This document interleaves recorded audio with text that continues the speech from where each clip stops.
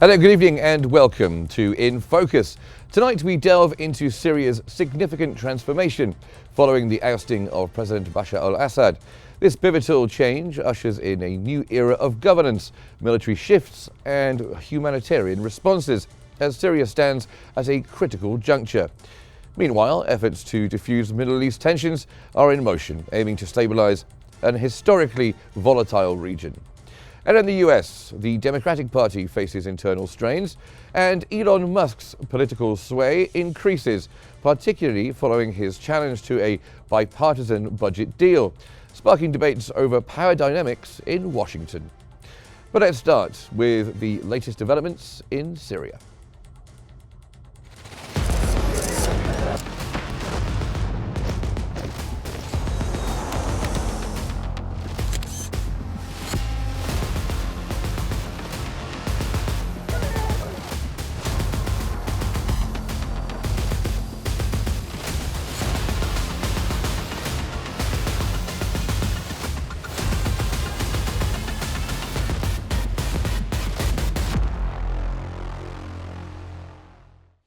The New York Times reports that senior US diplomats are in Damascus for the first time since Assad's fall, meeting with militias to discuss Syria's transition and search for missing Americans, including Austin Tice.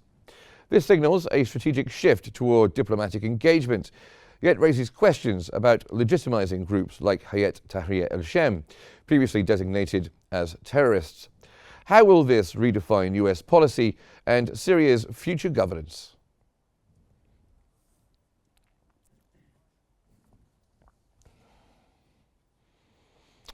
Now, to explore these developments, we are joined live from Cairo by Ashraf al-Ashri, the managing editor of Al-Ahram. Thank you very much for joining us.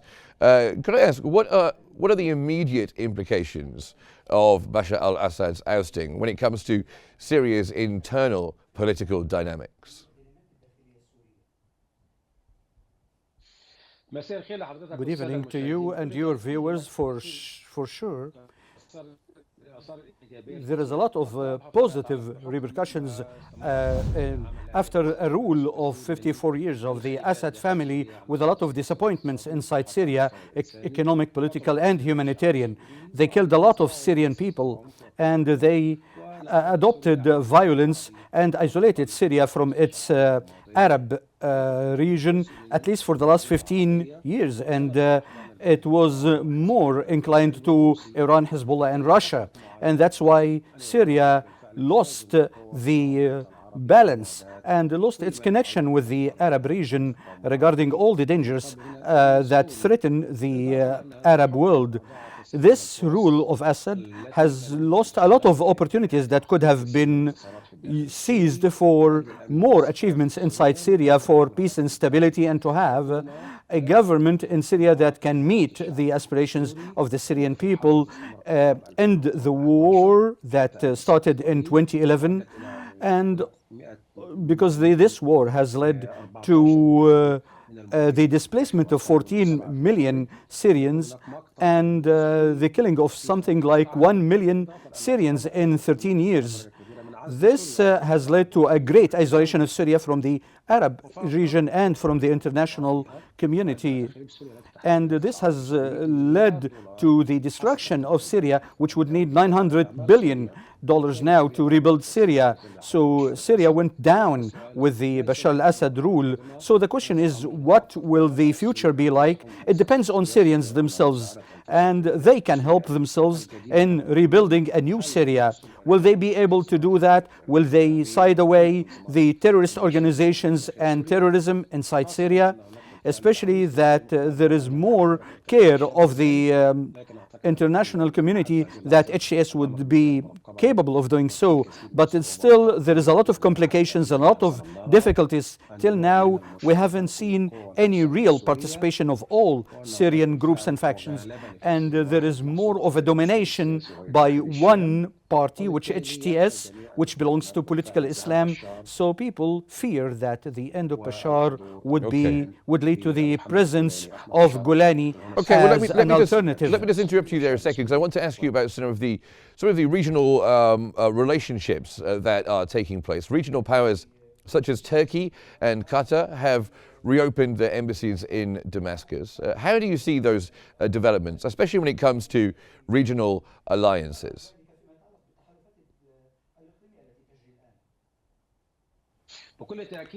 For sure, there is a kind of intersection of great international presence now. The superpowers are really opening a dialogue with Mohammed al-Julani and HTS. Some Italian, French, British diplomats went to Damascus. Yesterday were the Germans, and today there is a great there is an important U.S. delegation going there, and there is also, of course, Turkey that is more dominating the situation. The foreign minister of Turkey will be visiting Syria in few days to meet with Ahmed al-Shara. The Turkish media also said that Erdogan will be visiting Syria soon and pray in the Umayyad mosque, and will discuss with Ahmed al-Shara how to establish a government that meets the aspirations of the Syrians. Probably the Arab side is still reluctant and in the wait-and-see situation, and not rushing to have much of an Arab presence in Syria now, till they see what is the nature of the rule in the transitional phase, and whether Ahmed al-Shara will continue to be dominating, or he will allow a dialogue and a national dialogue discussion, especially that Ahmed al-Shara has established his own government and has put governors all belonging to HTS and all belonging to political Islam.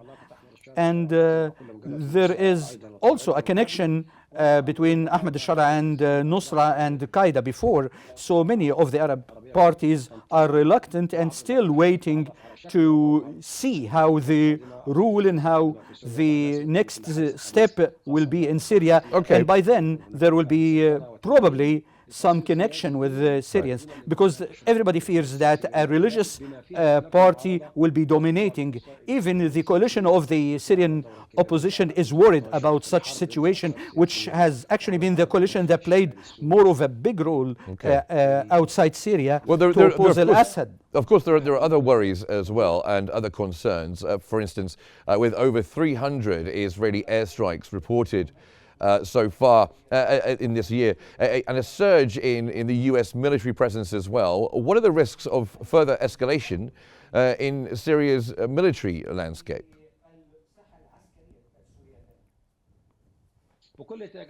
For sure, there are fears inside Syria regarding the Syrian national security. Inside Syria till now, the Syrian army is not restructured. Maybe there will be a restructuring of the Syria, and some of the militant factions will get into the army with their weapons. This will be a great harm and a great hazard to the Syrian national army.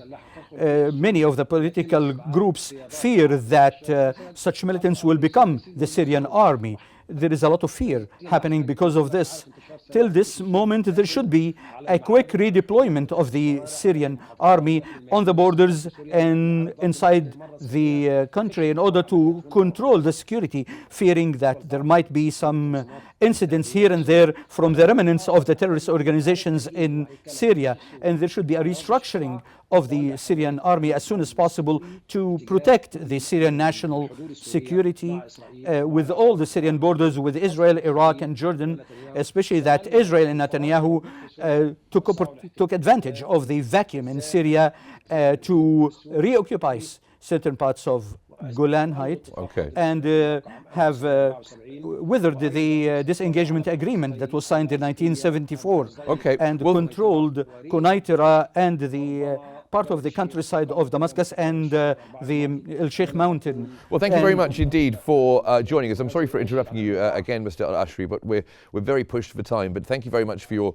very insightful analysis. Syria's unfolding story will undoubtedly continue to shape regional and global dynamics. Up next, we turn our focus to broader efforts at reducing tensions across the Middle East.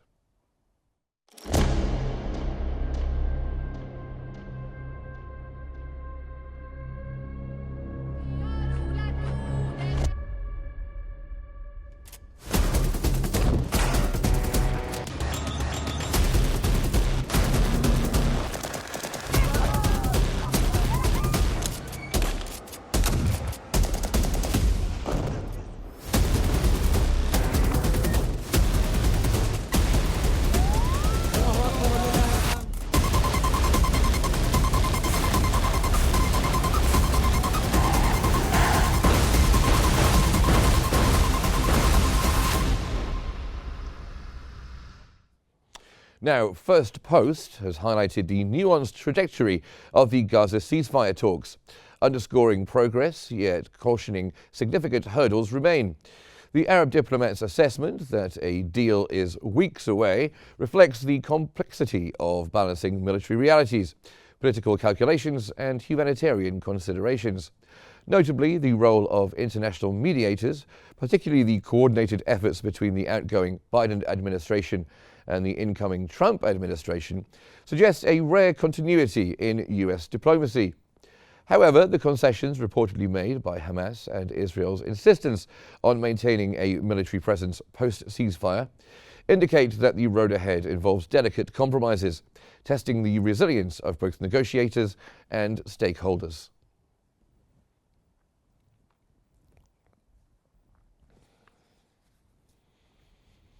Now, joining us live from Cairo is Dr. Mohammed Osman, International Relations Specialist. Thank you for joining us, Dr. Osman.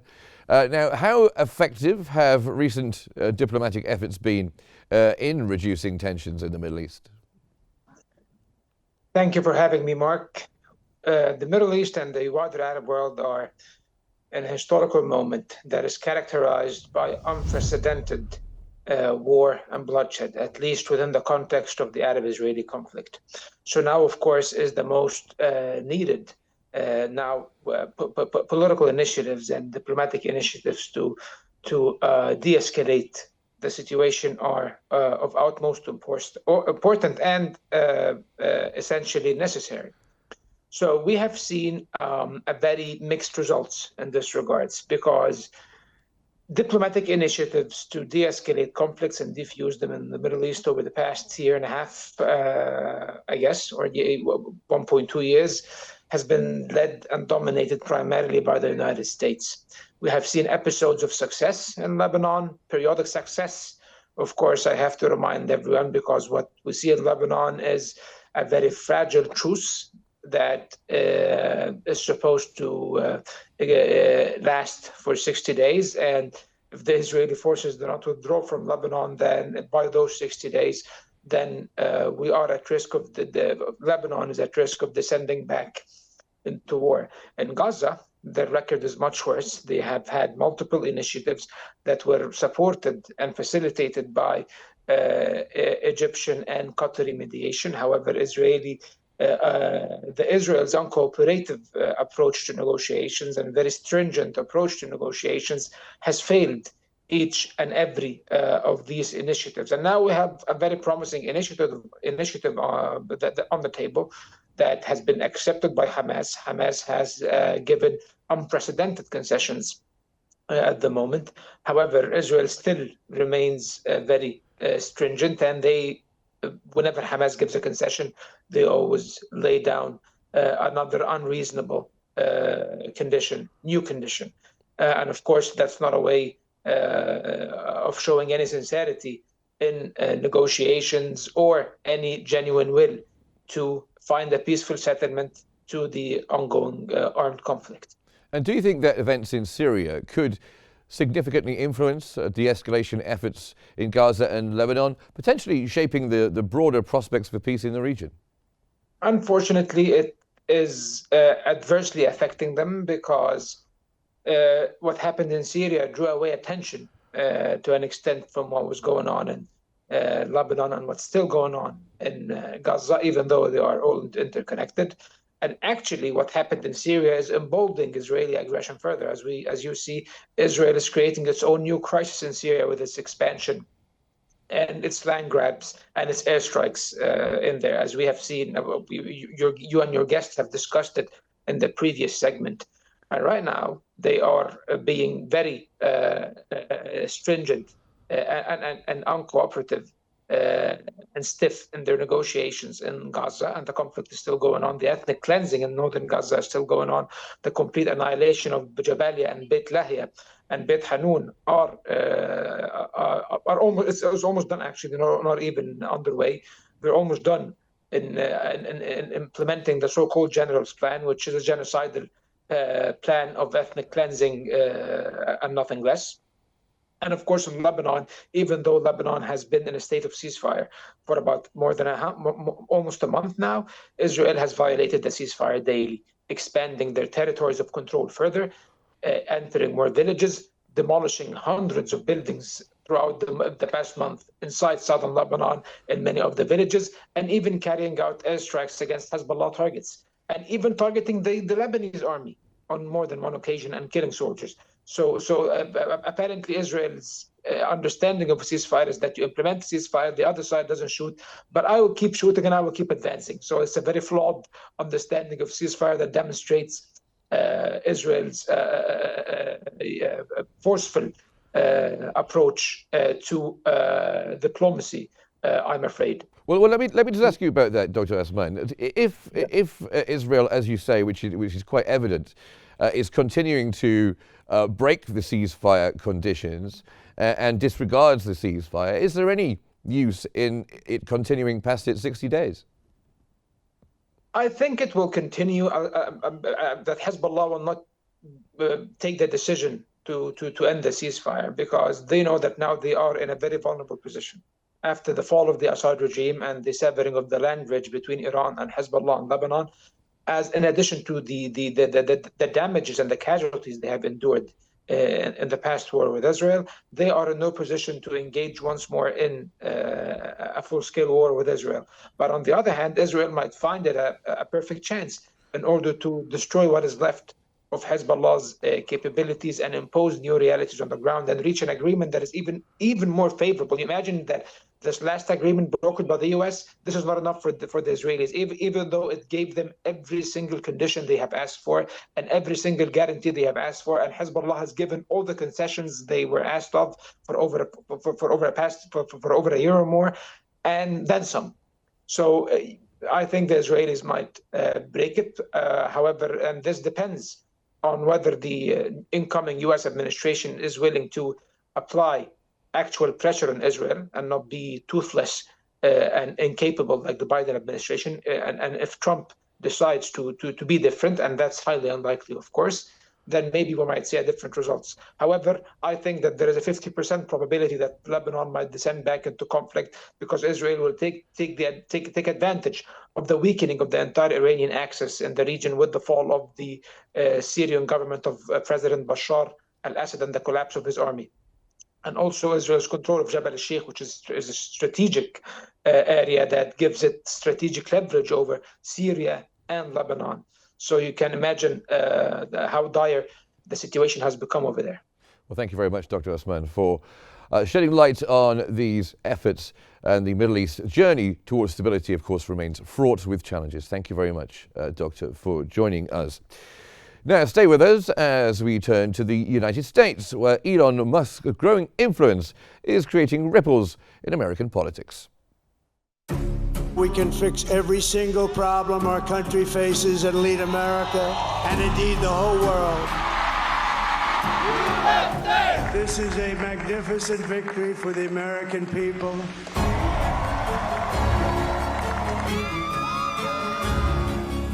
Promises made, promises kept. We're going to keep our promises. Nothing will stop me from keeping my word to you, the people. We will make America safe, strong, prosperous, powerful, and free again.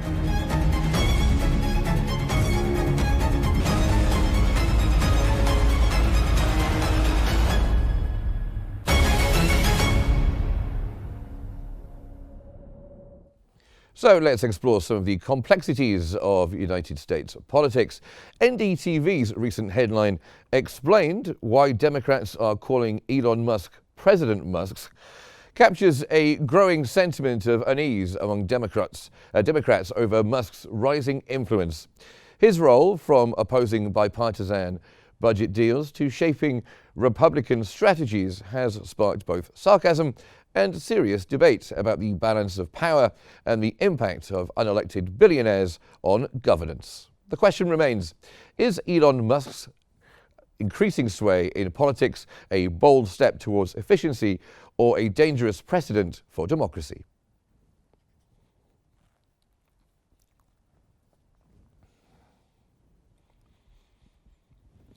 Now, to talk about this further, we are joined live from Washington by Jim Moran, a former US congressman from the Democratic Party. Thanks for joining us here on Q News, Congressman Moran. Elon Musk's opposition to the bipartisan budget deal has drawn significant attention. How has this, what do you make of that for a start? And also, how has this influenced perceptions of his role in US politics? Elon Musk wants the country to be run as an oligarchy. He will support the president, much in the way that Russian oligarchs support President Putin. And in return, they are allowed to maximize the revenue they make off the country and by reducing taxes. Mr. Musk's intention is to reduce the tax rate. He will benefit more than any other human being on the face of the earth when the United States cuts his taxes, because he earns the most. He has a salary of $55 billion a year. And so his motives are quite transparent. Unfortunately, Mr. Trump has given him the reins.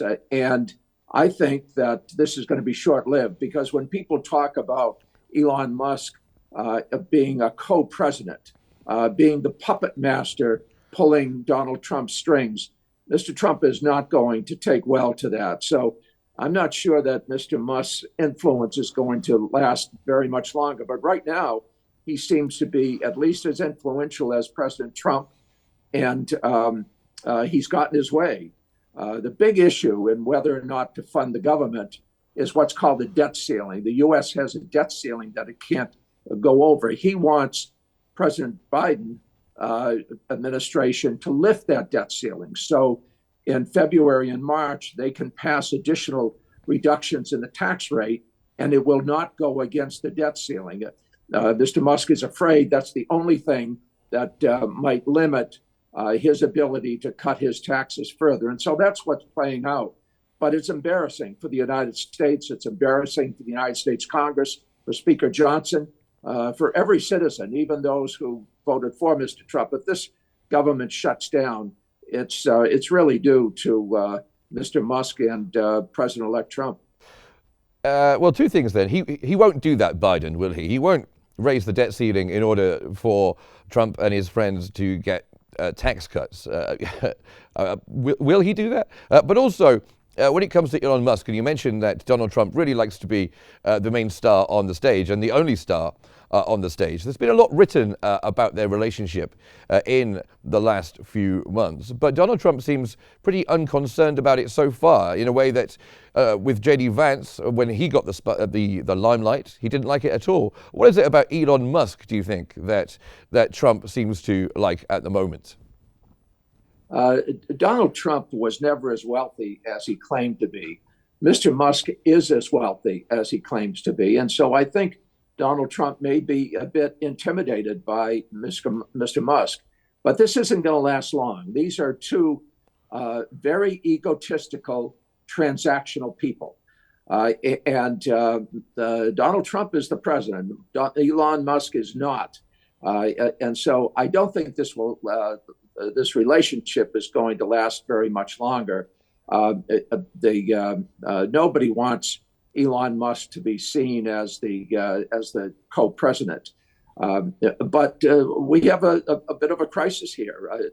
To answer your question, the Democrats will stick together. They will not vote to raise the debt ceiling because they know exactly why Musk wants that debt ceiling to be increased so he can save more taxes at the expense of the American taxpayer. So the Democrats will hold firm. I do think a compromise is in the works. I think the government will stay open through the Christmas holidays. And Trump is going to have to resolve this situation with Elon Musk. And I think the president-elect is going to prevail. But it's kind of a turning point in American history. I think most of us pray that democracy can be sustained and that we don't turn into an oligarchy run by people like Elon Musk who think they're masters of the universe. Well, thank you very much, Congressman Moran, for those perspectives. I'm sure you're hoping that the country stays open and they manage to do a budget deal. Thank you very much for joining us here on Q News. And that's all for today's episode of In Focus. Join us next time as we bring you deeper insights into the stories shaping our world. Good night.